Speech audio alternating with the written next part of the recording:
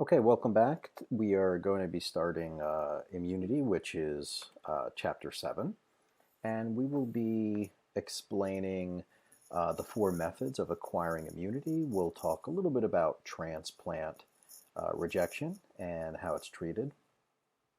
We will describe the mechanisms and the clinical effects of the four different type of hypersensitivity reactions, including anaphylaxis, and the four type of hypersensitivity reactions are just type 1, type 2, type 3, and type 4. We will discuss the mechanisms of autoimmune disorders and maybe address maybe one or two. We'll mention several, but maybe just focus on one or two at this point and explain some of the causes and effects of immune deficiency. And then there'll be a separate lesson on HIV. All right, so let's take a look and just review the different three lines of defense since we're talking about immunity. So we have, you see on the left-hand side, innate immunity, and on the right we have adaptive immunity. And the innate immunity, which is non-specific defense mechanisms, compared to adaptive immunity, which is specific defense mechanism. The innate immunity has your first line and second line of defense. We remember, because we discussed this in a different lesson, that a first line of defense is the skin, the mucous membranes, the secretions of the skin, secretions of mucous membranes, and even the stomach, the gastric juice, and the hydrochloric acid that's in the stomach. In the ears, we have sebum and perspiration, urination. We have the cilia, that it's in the nose, right? We have all these different mechanisms to try and keep things outside of the body. Then we have a second line of defense, which are the macrophages. We have other phagocytes like neutrophils and NK cells, which are natural killer cells. There are antimicrobial proteins. And then we have the inflammatory response that we spoke about, redness and edema and swelling, fever, etc. That usually takes place within a few hours, right? 0 to 12 hours is that innate immunity, first and second line of defense. The third line of defense, which takes place anywhere from 1 to 7 days, this is specific defense mechanism. These are our B lymphocytes and T lymphocytes that we'll talk a little bit about today. Antigen specific, antibodies, and memory. So we'll talk about that as well. When we talk about our B cells and T cells, our B cells are involved in the production of antibodies because the B cells produce plasma cells, which end up producing antibodies. It's the main defense against bacteria and bacterial toxins.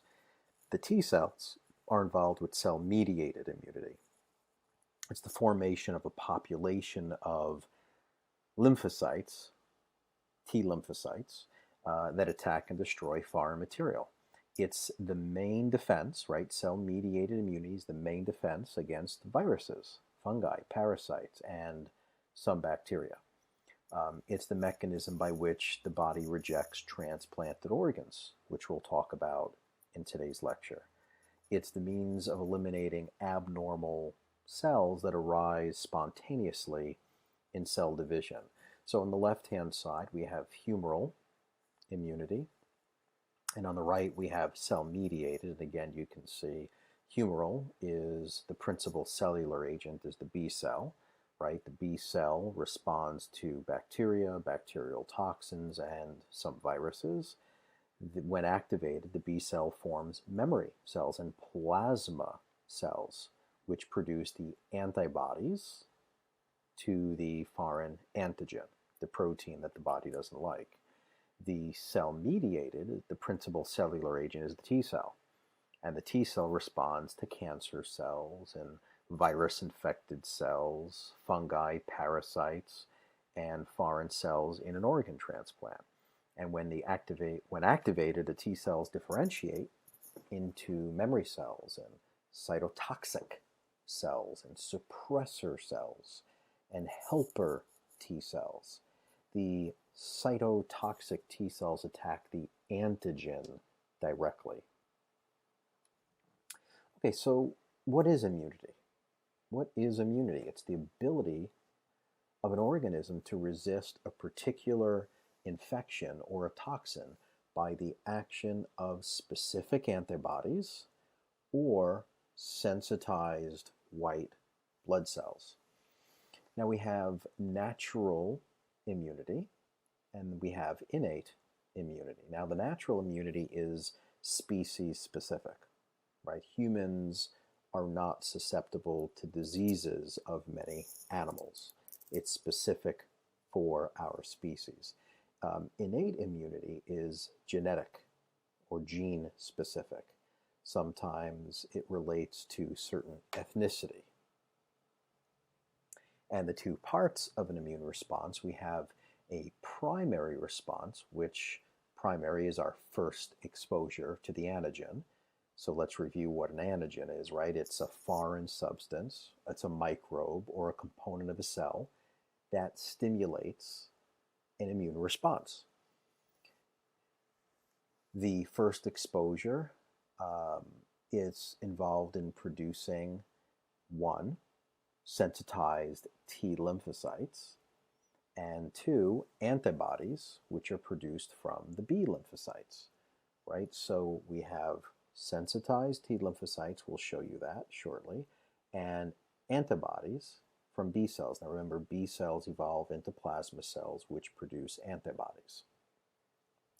The secondary response is when there's a repeat exposure to the same antigen. It's a little bit more of a rapid response with the efficacy in 1 to 3 days. So if we take a look here, you'll see that the person is exposed to an antigen here somewhere between the beginning and day 2, and then somewhere around day 4 they have a primary response. So there is an anti-A antibody, right? An antibody against that antigen. And then time goes by, and then they have a second exposure. Now, when there's the second exposure, the second response happens a lot quicker than the first response, and it's more intense. Okay? The types of acquired immunity, we have active immunity. Now, immunity which develops when a person's own body develops antibodies or T cells in response to a specific antigen. So the person is actively involved, right? Immunity which develops when a person's own body develops antibodies or T cells to a specific antigen. Now, when we look at active immunity, there's different types of acquired immunity. So let's look at active.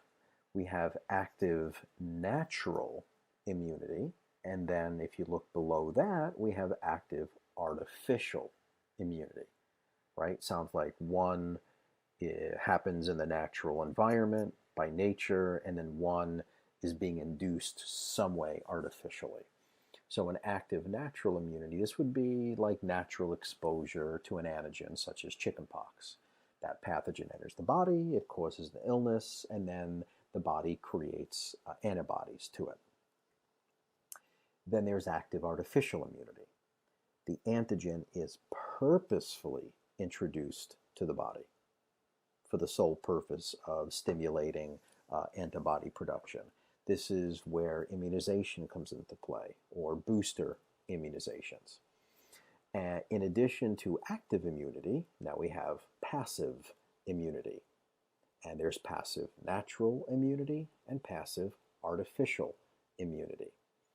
So immunity occurs when antibodies are transferred from one person to another. That's what passive immunity is.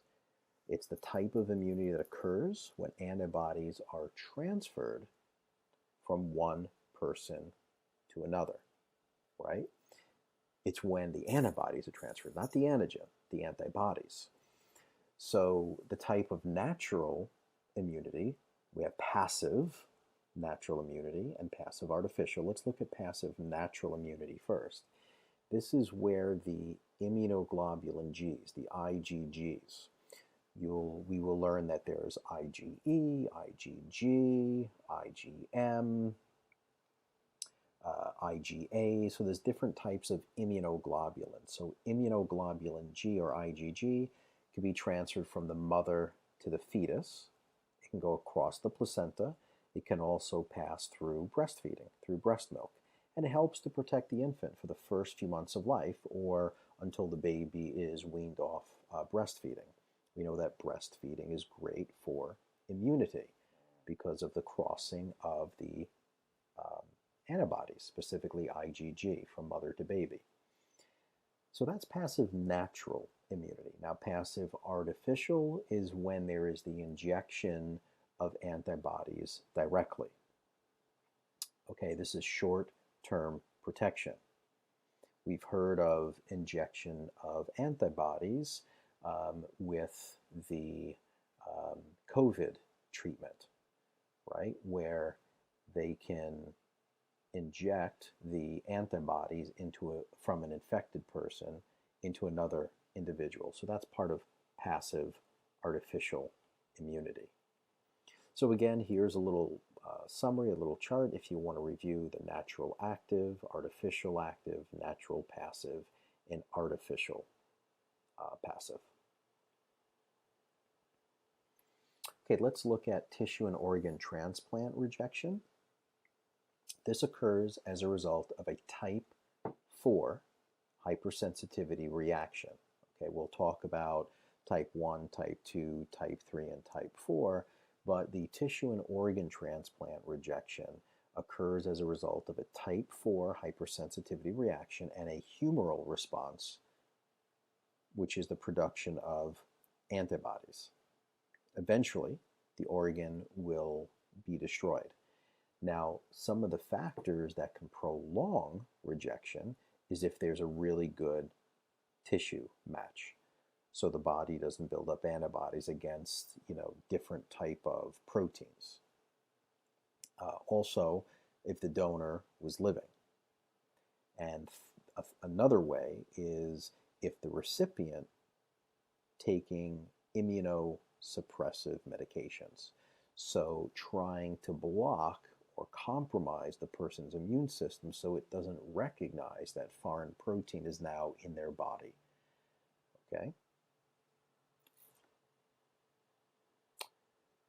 Types of rejection. Okay, there's host versus graft disease, and then there's graft versus the host disease. So when we look at the host versus the graft disease, this is when the immune system of the host rejects the graft, right? It's going to reject the graft of the donor. The graft versus the host disease, this is where the T lymphocytes in the graft attacks the host tissues. Okay, so they're a little bit different. The rejection time can vary.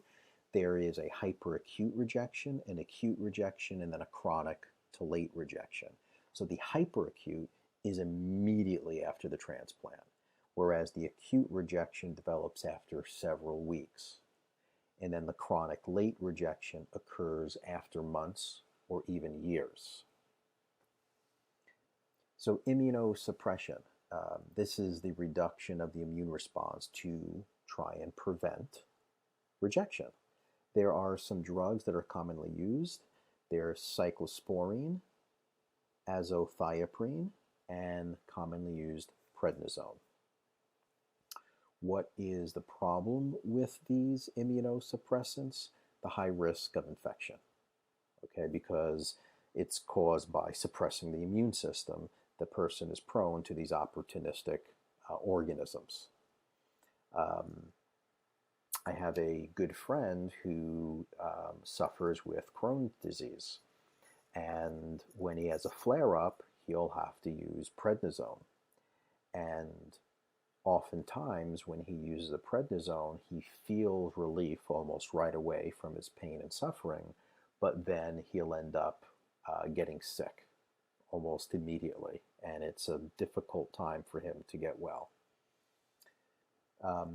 So hypersensitivity reactions, unusual and possibly harmful immune responses to normally harmless substances, right? That's what a hypersensitivity reaction is. It's unusual and possibly harmful immune responses to normally harmless substances.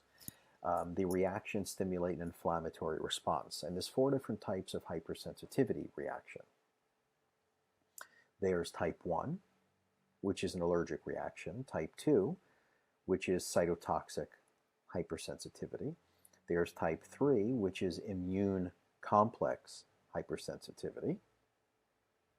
And then there's type 4 hypersensitivity reaction, which is cell-mediated or delayed hypersensitivity. Let's look at the type 1 hypersensitivity allergy reaction. So allergic reactions, these can take many different forms. A person can develop a skin rash.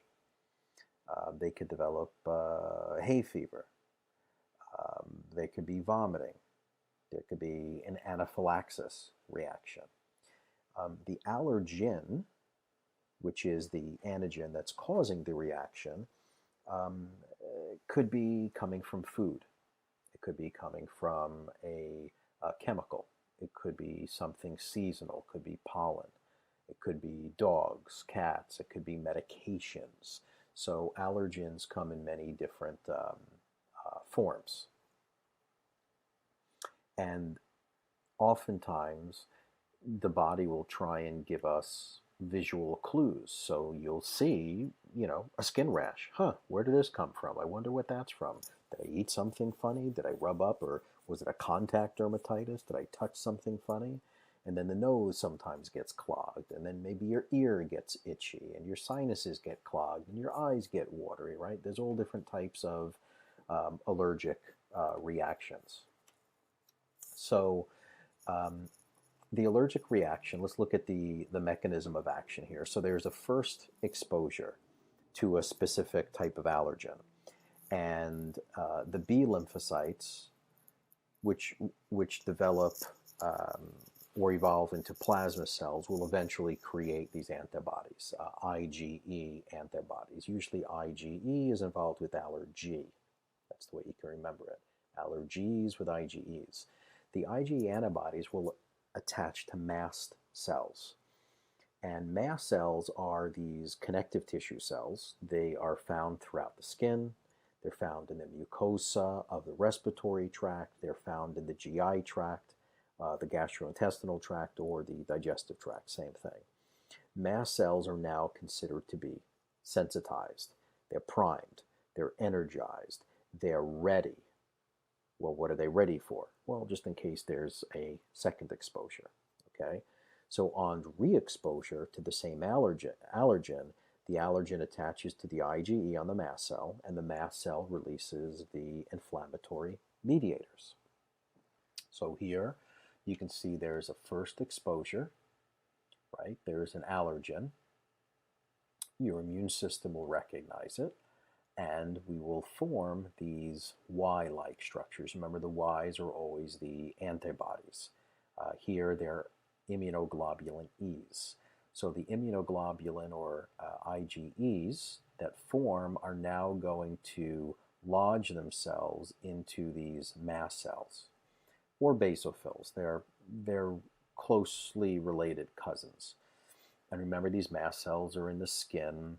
They're in the mucosal membrane of the respiratory tract, and they're also in the digestive tract.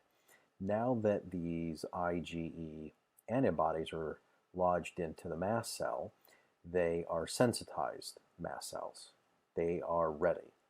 So now we have the barrier, again, the immune barrier. Now we have a second exposure that breaks through it.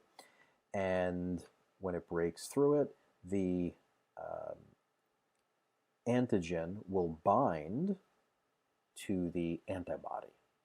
And now the mast cell is going, which has been sensitized already, is going to release these chemical mediators. And the one that we talked about already is histamine. And we remember what histamine does, right? It's a vasodilator, and it increases the permeability of blood vessels. So we get edema, redness, and we can get itching of the skin, which is pruritus. Again, we'll take a look. So some sort of antigen hits the APC, which is an antigen-presenting cell. It could be a macrophage. It could be a dendritic cell. They are both antigen-presenting cells.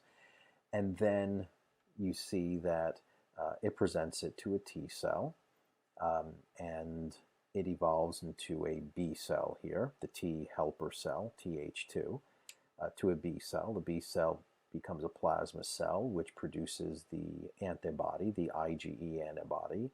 It attaches itself to the mast cell. Now the antigen presents a second time, and boom, right, you got a histamine reaction. Not just histamine, but you do have these other chemical mediators, leukotrienes that we mentioned, the prostaglandins that we mentioned, some other cytokines, interleukin 4, interleukin 3, and then other enzymes. So it helps to explain why you get the smooth muscle contraction, you get the leaky nose, sneezing, nasal discharge, pruritus, or redness and itching.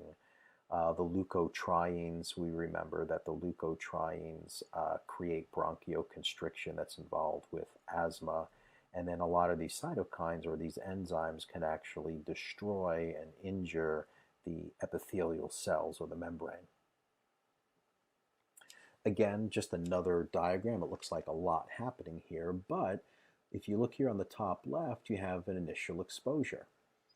And the antigen crosses the mucosal membrane. It hits an antigen-presenting cell. That could be a macrophage or a dendritic cell, and then it's going to present it to this naive T helper cell. The T helper cell will communicate with these two arms of the immune system, T helper 1 and T helper 2. You can see they kind of cross-talk a little bit. When Th1 is dominant, it will inhibit Th2. And when Th2 is dominant, it releases cytokines that can block Th1. Okay? When you have these Th2 reactions, these are seen with systemic autoimmune diseases. When we have these Th1, when the Th1 arm is driven, then we have more organ-specific autoimmune diseases, okay, and some delayed hypersensitivity reactions. Okay, now we have this is still your first exposure. Here's the B cells. The B cells evolve into plasma cells. The plasma cells produce the IgE antibodies, and then as we showed you before, those antibodies are going to line themselves up around the mast cell. Now we have a second exposure. That's the subsequent exposure. The antigen crosses the mucosal membrane. It binds to the IgE. It activates the mast cell, and the mast cell is going to release histamine, proteases, and arachidonic acid. Remember, we did that in one of our last lectures. Arachidonic acid is in the cell membrane, and it pulls out because of the phospholipase A2. It's an enzyme. So the phospholipase A2 acts on the arachidonic acid, and then we have the COX and LOX pathway. That's the inflammatory pathway, where we have prostaglandins, which create vasoconstriction. They can create bronchoconstriction as well. And we have thromboxanes, which can create clotting mechanism for thromboxanes. And then we have leukotrienes that can cause vasoconstriction as well. A lot of these prostaglandins also create Inflammation. Remember these PGE2s? They can create inflammation. The good thing that they do is they create mucus along the stomach. They can create fever. They can create swelling. Okay. Thromboxanes are with clotting, and leukotrienes involve the vasoconstriction, the bronchoconstriction associated with asthma. Okay. These other things here are just natural mechanisms, natural ways to downregulate these things. So if we want to limit the amount of inflammatory response a person has, we would have to go up here and go, hey, can we limit the amount of arachidonic acid? Because that's the precursor to this entire mess. And yes, that's where your omega-3 fatty acids come from, those omega-3 fish oils. If we want to downregulate this phospholipase A2 enzyme, that's where vitamin C comes into play. So that's just a little bit of some holistic information. Even down here, if we want to downregulate the expression of prostaglandin and thromboxanes, these are where herbs like boswellia comes into play, vitamin E come into play here, turmeric. These are all have anti-inflammatory effects. Okay, so type 1 hypersensitivity allergic reactions. What are some of the signs and symptoms? Well, the area can become red and swollen. Vesicles or blisters can be present, and the skin can become itchy. The term for that is called pruritus. Okay, you should know that, pruritus. Some examples of some of these allergic reactions, besides food allergies, it could be hay fever, which is allergic rhinitis. Rhinitis involves the nasal cavity. It means nose. So allergic rhinitis affects the nasal mucosa and the eyes. Food allergies are going to affect the GI tract. The atopic dermatitis, which used to be known as eczema and still is, atopic dermatitis is going to affect the skin. And usually atopic dermatitis and rhinitis often go together with food allergies as well, right? The nose gets stuffy and they get clogged and they get skin rashes. When you see young children and their eyes are puffy and their skin is itchy and they have dermatitis or eczema, there's something that, is going in their body that's creating the issue. Asthma is also an allergic reaction where the leukotrienes are released, creating bronchial constriction. Still on type 1 hypersensitivity reaction, anaphylaxis or anaphylactic shock. Now this can be severe and it could also be life-threatening. That's a major issue with anaphylaxis. Why and what's happening? Well, with all this release of histamine, remember histamine is a vasodilator. The blood vessels open up, which means the blood pressure drops.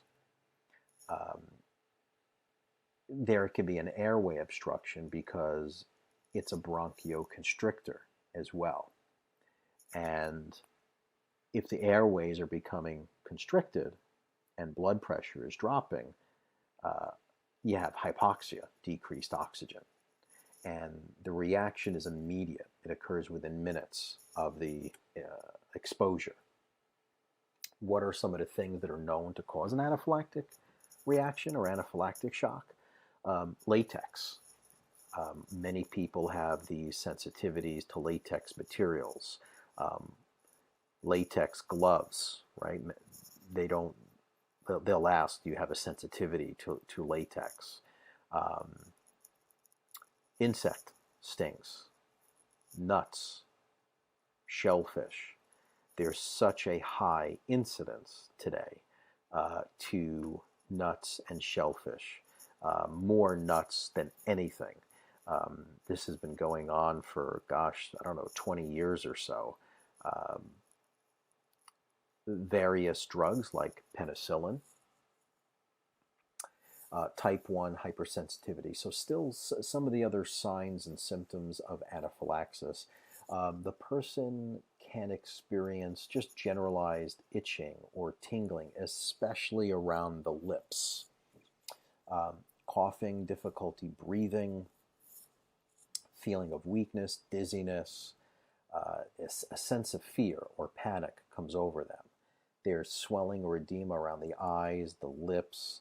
The tongue can really swell up. It can almost occupy the entire space of the oral cavity, and that can become dangerous. Their hands and their feet also become very, very swollen. The body can develop hives, and they can collapse with loss of consciousness as a result of also the low blood pressure and the low oxygen. So we can see here on the top, again, this is just another illustration of what we covered before, where we talked about the first exposure. So now we have a second or a subsequent exposure. And here's the antigens. And the antigens are now going to attach to the sensitized mast cell that we have here, right? So the antigen binds with the IgE antibodies, and then you can see the mast cell here is releasing these large amounts of chemical mediators called histamine into circulation. And it's going to have an effect on the cardiovascular system, on the skin, and on the respiratory tract. In terms of the blood vessels, remember histamine is a vasodilator, and it increases the leakiness and permeability of them. So there will be a decrease of blood pressure. They can feel very weak or they feel faint.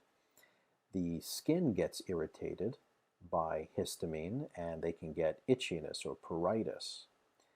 And the lungs, due to the constriction of the bronchioles plus the increased mucus production there, the airways can be obstructed, and they cough and they have difficulty breathing. The term for difficulty in breathing is called dyspnea. Dyspnea. And all of these things, especially the decreased blood pressure and the obstructed airways, can create severe oxygen deprivation to the brain. And that's what gives them this sense of panic. So again, here are some of the signs of anaphylaxis that we went over, and you could take a few minutes to pause here and just read those again. What is the treatment in the emergency department to treat these reactions? Epinephrine, right? Epinephrine is a vasodilator, right? Because what will happen is epinephrine is a vasoconstrictor and a vasodilator. And let me go back here for a second, my bad. Okay, so what I meant by this, not that epinephrine is a vasoconstrictor and vasodilator, is that due to the epinephrine's effects, okay, epinephrine has an effect on the body where there is vasoconstriction, and we may need to vasodilate some of those vessels, okay? The other way around. Oh my gosh. Oh, I just had confusion here. Because of the histamine reaction, okay, because of the histamine reaction and the blood vessels are vasodilated, which can create that shock reaction and the fainting, epinephrine, if we think about it, is released as part of the sympathetic response, right? The sympathetic nervous system releases epinephrine, and epinephrine is a vasoconstrictor. So epinephrine has an impact of vasoconstricting, and it has an effect on the vasodilated blood vessels. Okay, it took me a while to get that out. Sorry about that, folks. Glucocorticoids is another important treatment, and antihistamines also, antihistamines. Oxygen and stabilizing the blood pressure.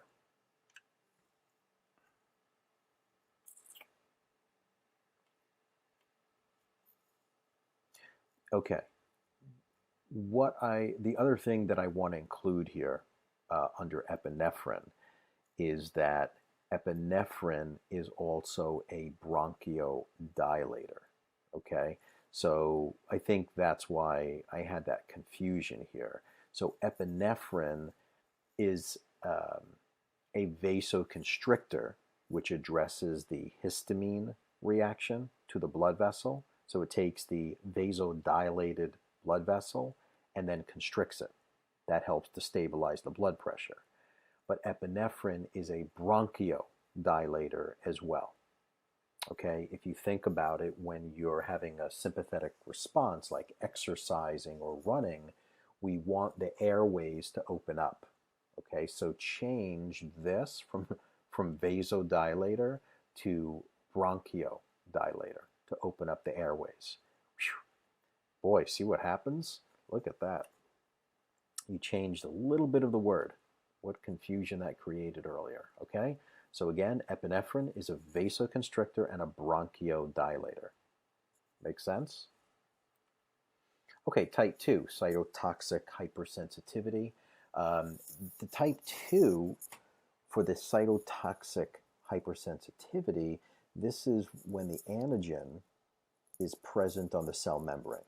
Now, it may be a normal body component or an exogenous source. So circulating IgG antibodies react with the antigen, and there is destruction by phagocytosis or by cytolytic enzymes. Cyto is cell, lysis is breaking down. So what's an example of a type 2 cytotoxic hypersensitivity? Being transfused with blood that you're not compatible with. So if you're a blood type B and you're accidentally given blood type A, that will create a cytotoxic hypersensitivity. Okay, and that's what this is showing here.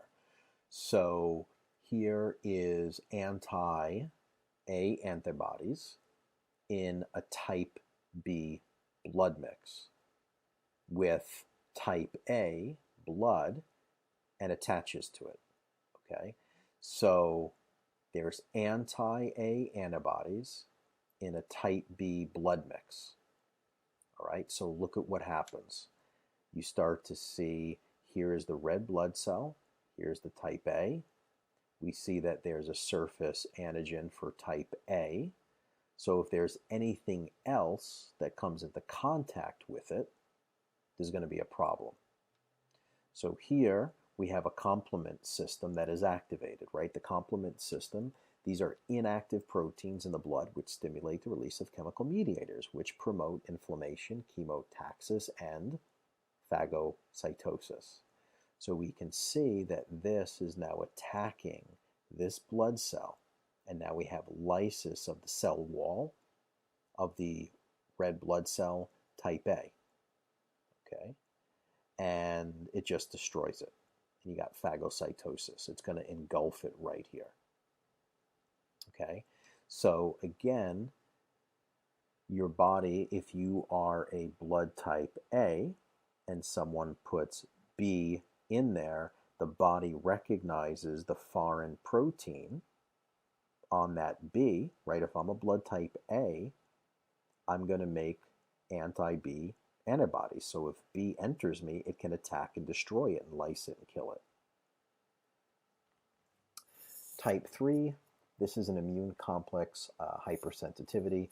These are seen with autoimmunity. Okay, it's an antigen combined with an antibody. It forms immune complexes which are deposited in different tissues, and it also activates the complement system. This process causes inflammation and tissue destruction. We'll show you on the next slide. So some examples of this, rheumatoid arthritis is an autoimmune issue. SLE is an autoimmune issue. Glomerulonephritis is autoimmune. It's a complication of strep that attacks the kidneys. So here you can see we have the antigen. Here is the blood, right? Here is the antibody. So the antibody is going to bind to the antigen, which we see right here. And you can see that the immune complex forms in circulation. Then the complex deposits in the blood vessels or in other tissues, and that will activate the complement system.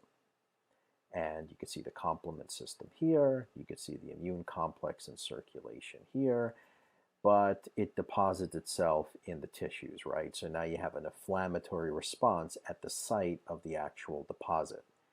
And now we have the release of these lysosomal enzymes and these other chemical mediators, and it damages whatever tissue this was lodged in. Maybe it's the kidney, maybe it's the thyroid, maybe it's the cartilage of the joints, maybe it's the neurons. Type 4 cell-mediated or delayed hypersensitivity. This is now a delayed response. Right, reactions, the hypersensitivity reactions from 1, 2, and 3, they're faster, and they all involve antibodies. This one here, the type 4, which is the delayed reaction, involves T lymphocytes, not antibodies. You should pay attention to that, okay? It's going to release lymphokines and other inflammatory mediators.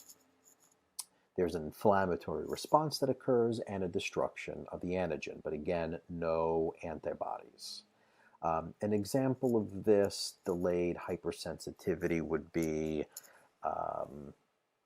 let's say, rubbing up against poison ivy, and you don't even realize it, right? The reaction does not happen right away. It can happen the next morning, right? You get that delayed hypersensitivity. A TB test, also looking for a delayed hypersensitivity reaction. Again, remember, hypersensitivity reactions 1, 2, and 3, they are faster and they all involve antibodies, but not type 4. Type 4 is delayed, takes a little bit more time, but it involves the T lymphocytes. And this is just showing the cell-mediated delayed hypersensitivity, where here you have the macrophage that presents the antigen, right? This is an antigen-presenting cell, the APC. Here we now have the sensitization of the T lymphocyte. The T lymphocyte is going to release these lymphokines. Sounds like cytokines, but these are lymphokines. And the inflammation and the lysis of the antigen-bearing cells of the tissue we see right here, right? We start to see the lysis, the breaking down, which results in tissue destruction. And you'll see that, right, with poison ivy. We see what happens to the epithelial membrane of the skin. It just destroys it. It breaks it down. In terms of autoimmune disorders, now, this is when there's development of antibodies against your own cells or tissues, right? We want the immune system to be able to recognize foreign proteins that may be entering your body that don't belong, or foreign bodies, but we don't want it to attack our own body, right?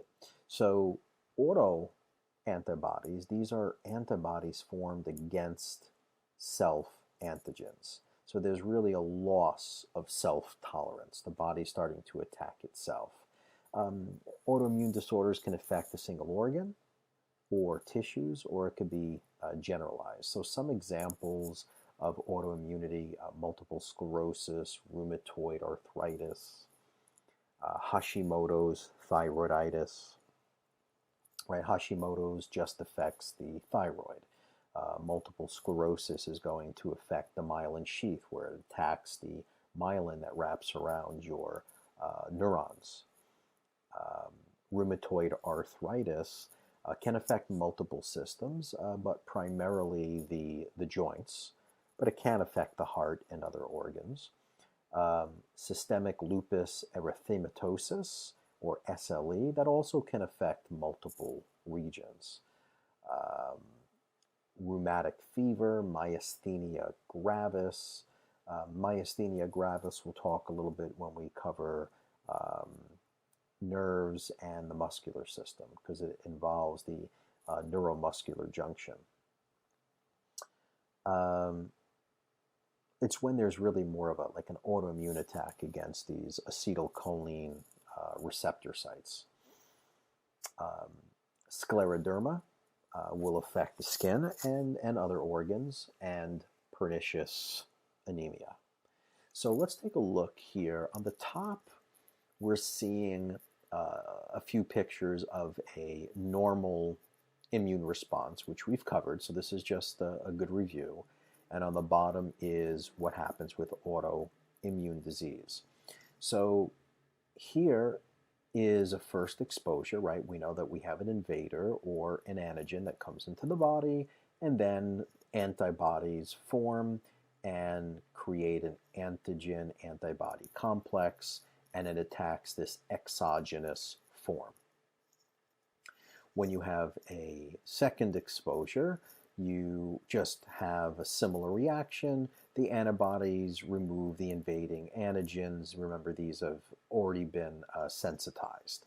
And then the antibodies remain for any future protection. Okay?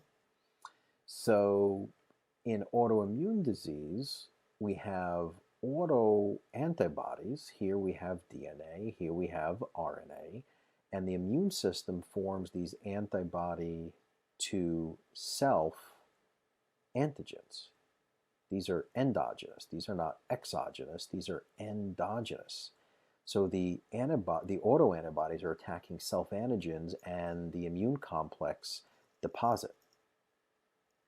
And then inflammation and tissue damage happens throughout the body. Okay, so up here is your normal immune response. Here's your first exposure. We went through what happens with the second exposure. Very normal, right? Exogenous toxins, or not toxins, but proteins or antigens come in. Here, there's nothing exogenous. This is just the body attacking itself. That's what autoimmunity is. So we're just going to talk about SLE, systemic lupus erythematosus. SLE is how it's abbreviated. And this is a chronic inflammatory disease. It's going to affect a number of organ systems. And one of the key characteristics is what is referred to as a butterfly rash. It's usually on the cheeks, that wraps around the nose, goes underneath the eyes. It resembles the markings of a wolf, which is what lupus means. It affects primarily young women, and this is really a unique characteristic to most autoimmune diseases, where it manifests in women of childbearing age. So women also have a very strong immune system. I think of the immune system as a dog that's really protective of its owner. And every now and then we hear stories of the dog attacking its rightful owner. And sometimes a strong immune system can bite and attack its rightful owner. It typically does so in women between the ages of 10 and 50. The incidence is higher in African Americans, Asians, Hispanics, and Native Americans. Here is the wolf-like rash, or the butterfly rash, which we see coming around here. Okay. So what's the pathophysiology? Again, large number of circulating autoantibodies against DNA, platelets, erythrocytes, nucleic acids, and other nuclear material. And again, there's going to be the formation of these immune complexes, and they're going to deposit into different tissues and do destruction, as we saw in that picture earlier. What are the tissues? The kidneys are involved, the lungs are involved, the heart, the brain, the skin, the joints, and the digestive tract. Inflammation will occur, and necrosis develops. right? Isn't it nice you know what a lot of these terms mean now from the last few lectures, now that you're being exposed to it a few times? Um, Vasculitis, inflammation of the blood vessels, develop in many organs. And that will impair, when you have inflammation of the blood vessels, it will then deprive blood supply and oxygen to them, which is going to result in necrosis. What are some of the signs and symptoms? They can vary, right? Because it depends on what organ is involved. It targets so many different organ systems. But common arthralgia, which is joint pain. They're tired, there's fatigue, malaise. There's cardiovascular issues. There's excessive urination, which is referred to as polyuria. There are diagnostic tests. This is something that a rheumatologist would test, and they're looking for specific serum antibodies.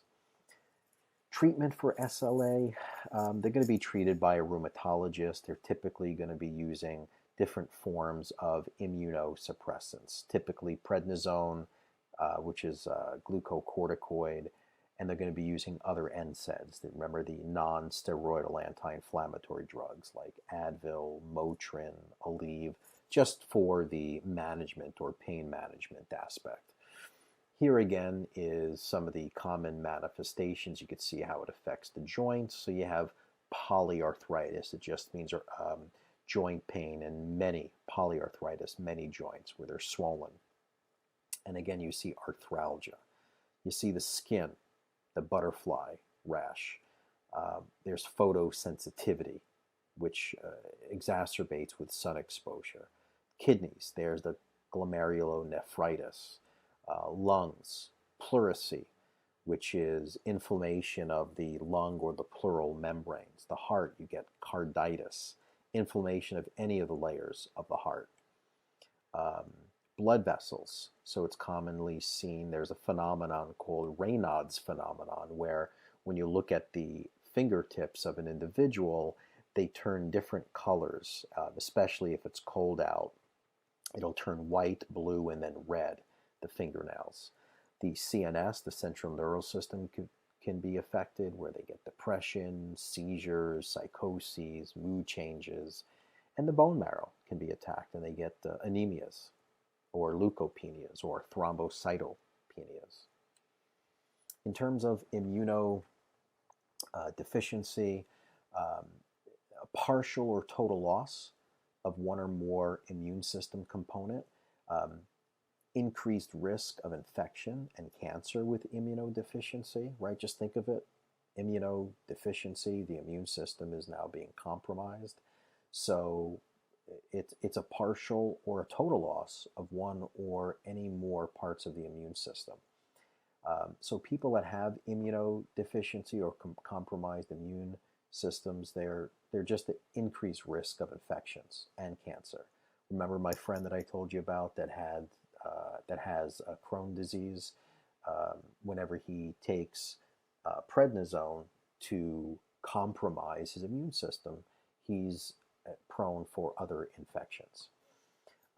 Primary immunodeficiency is going to happen if there is a basic developmental failure somewhere in the system's development, right? So early on, something developmentally happens, and either the bone marrow or the thymus doesn't develop, so there's this inherent weakness to the immune system.